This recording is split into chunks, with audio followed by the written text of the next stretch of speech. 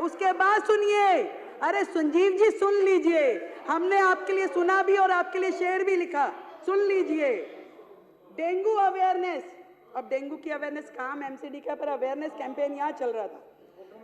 19-20 में 20 करोड़, 20-21 में 16 करोड़, 21-22 में 33 करोड़, ये डेंगू की एडवर्टीजमेंट का खर्चा है, जिसमें आपने काम कुछ भी नहीं किया, सिर्फ एडवर्टीजमेंट का खर्चा है। और सुनिए, करने वाला जो काम था, दिल्ली में कोविड से जो लोग मरे, जो आर्थिक सहायता उनको दी जानी चाहिए थी, कितने लोगों को दी? मात्र 97 लोगों को, 97 ओनली। क्या दिल्ली में, मैं आपसे पूछना चाहती हूं, कोविड से केवल 97 लोग मरे थे जिनको आपने मदद दी? उनको आपने 97 लोगों को जो मुआवजा दिया, उसके ऊपर भी आपने एडवर्टीजमेंट का खर्चा किया 17 करोड़ रुपए। 17 करोड़ रुपए जोड़ लीजिए, कुछ शर्म के साथ में जोड़िए सरकार के ये सारे खर्चे। एजुकेशन के बहुत सारे हेड तो आशीष जी ने बता दिए, फिर भी छोटे छोटे मैं बोलती हूं, जो योजनाएं आपकी थी, बिजनेस ब्लास्टर में खर्चा किया 54 करोड़ और उस पे एडवर्टीजमेंट की 90 करोड़। देश के मेंटोर खर्चा किया 1 करोड़ रुपए और उस पे एडवर्टीजमेंट करी 28 करोड़ रुपए की।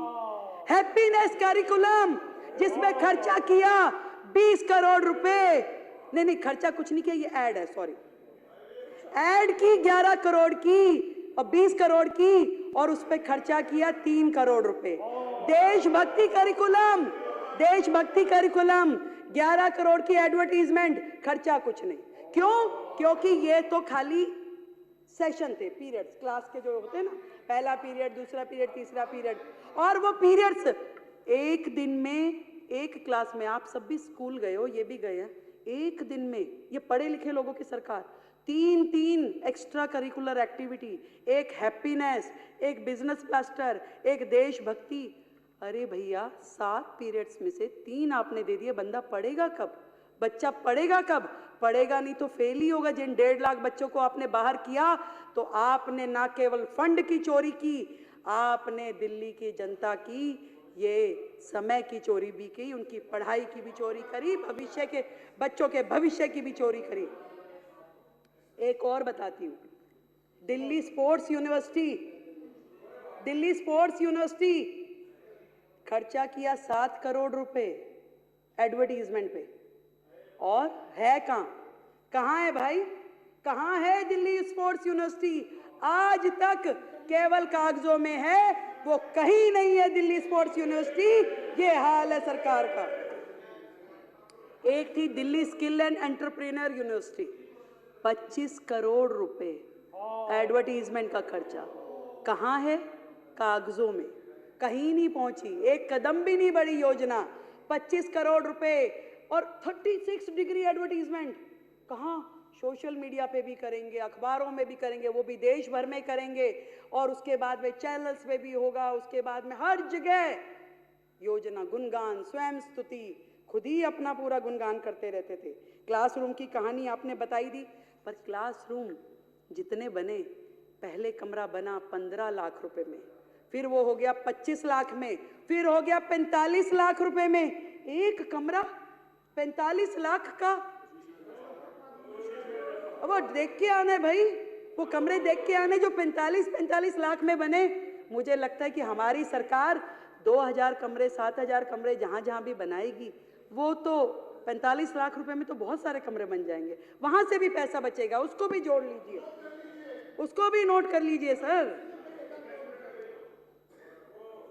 बात हो रही थी, पैसा बहुत आ जाएगा, चिंता ना करिए, ये डबल इंजन की सरकार है, आपको चिंता करने की आवश्यकता नहीं है कि पैसा कहां से आएगा। पर आपने, आपकी सरकार ने जो दिल्ली की जनता से चोरी की, उनके पैसे की चोरी करी, उनके समय की चोरी करी। मुख्यमंत्री था ही नहीं दिल्ली में, मुख्यमंत्री तो बाकी राज्यों में घूमता था, यहाँ का पैसा बाहर लेके जाता था। तो दिल्ली की समय की चोरी, मैडम कह रही थी मुख्यमंत्री जी कहाँ हैं, जवाब दो जवाब दो। अरे भाई काम भी है, मेरे पास 10 मंत्रालय हैं, आपके मुख्यमंत्री के पास तो एक भी नहीं था, उसको काम ही किया था, उसके पास तो काम ही किया था। मेरे पास 10 मंत्रालय है, मुझे जाना होता है, मुझे काम करना होता है।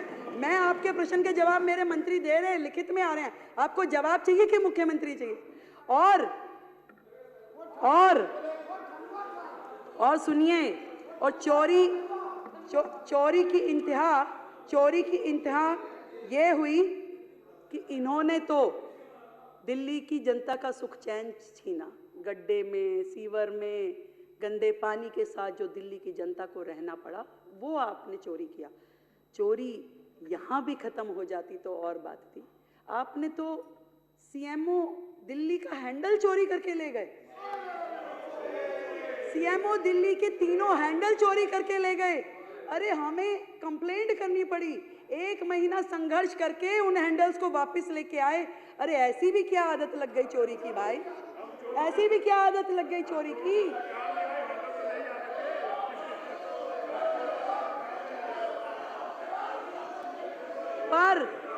पर मैं बताती हूं,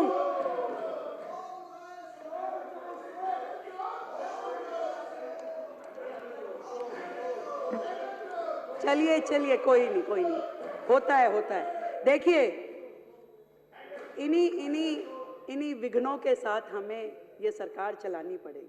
आप समझिए कि जब तक ये लोग ये नहीं समझ जाते कि जनता ने इन्हें एक और मौका दिया है यहाँ बैठने के लिए, और नहीं तो अगली बार हर्ष वो होगा जो आपके साथी यहाँ पे नहीं है। कहीं ऐसा ना हो अगली बार आप भी नजर ना आए। इसलिए जनता के प्रति आपकी जो जवाबदेही है उसको याद रखिए, इतना मैं कहना चाहती हूँ।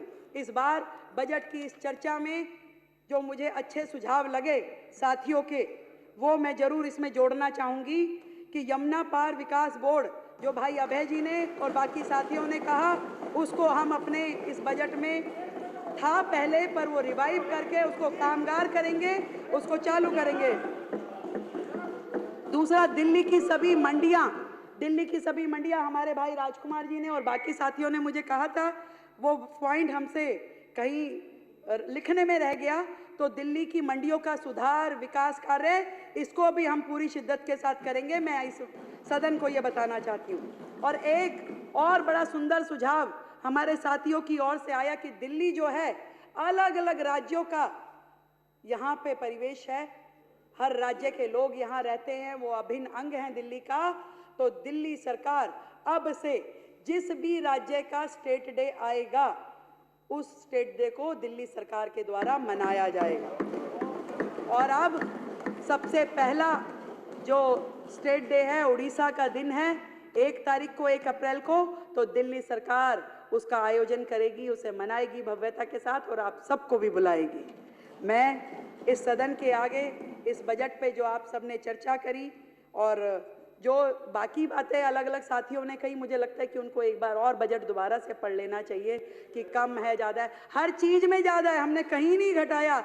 1 लाख करोड़ का बजट है भाई, तो उसको हमने हर हेड में दिया है, खूब दिया है, और भी देंगे, जितना चाहिए उतना देंगे। आप भी अपने क्षेत्र में काम करने जाइए, आपको फंड की कमी नहीं होने देंगे, ये मेरा आपसे वादा है। इतना ही कह सकती हूँ आज इस सदन के आखिरी में कि वसुधा का नेता कौन हुआ, वसुधा का नेता कौन हुआ, भूखंड का विजेता कौन हुआ, अतुलित यश क्रेता कौन हुआ, नवधर्म प्रेरणाता कौन हुआ। फिर से बोलती हूँ, वसुधा का नेता कौन हुआ, भूखंड विजेता कौन हुआ, अतुलित यश क्रेता कौन हुआ, नवधर्म प्रेरणाता कौन हुआ, जिसने ना कभी आराम किया, विघटनों में रह के काम किया। तो काम करेंगे, हमें पता है कि विघटनकारी शक्तियां हमारे साथ साथ पीछे पीछे चलती रहेंगी, फिर लाएंगी पोस्टर, 2500 कब दोगे, देंगे, पक्का देंगे, हमारा वादा है दिल्ली की जनता से देंगे। पर हमें ये मालूम है कि आपकी तरह हम योजनाएं शुरू करके बंद करने वाले नहीं हैं। ये हर महीने की, हर महीने की देनदारी है, इसको पूरे योजनाबद्ध तरीके से देंगे ताकि किसी बहन के साथ अन्याय ना हो, पूरी तरीके से देंगे। आपकी तरह योजनाएं चालू करके बंद करने वाले हम नहीं हैं। हेड में पैसे रख करके जीरो खर्चा करने वाले हम नहीं हैं। हम दिल्ली की जनता के साथ न्याय करेंगे और उनके लिए सारे काम करेंगे। आप तो बस केवल देखते जाइए और मिल करके यदि कर सके तो साथ में चलिए और साथ में चल के दिल्ली की जनता के साथ में हम लोग आगे बढ़े। मैं इस बजट को आगे ले जाते हुए जो अध्यक्ष जी इस बजट के सारी चीज़ें मुझे लगता है कि मैंने पूरी कर ली है। जो सुझाव मेरे पास आए थे इसमें कोई मुझसे छूटा नहीं है और छूट भी जाएगा मान लीजिए, तो आप चिंता ना करें। ये सरकार आपके विचार के साथ में खुली है, आपके सुझाव आएंगे और अच्छे सुझावों के साथ में दिल्ली को आगे बढ़ाने का काम हमारी सरकार करेगी। भारत माता की।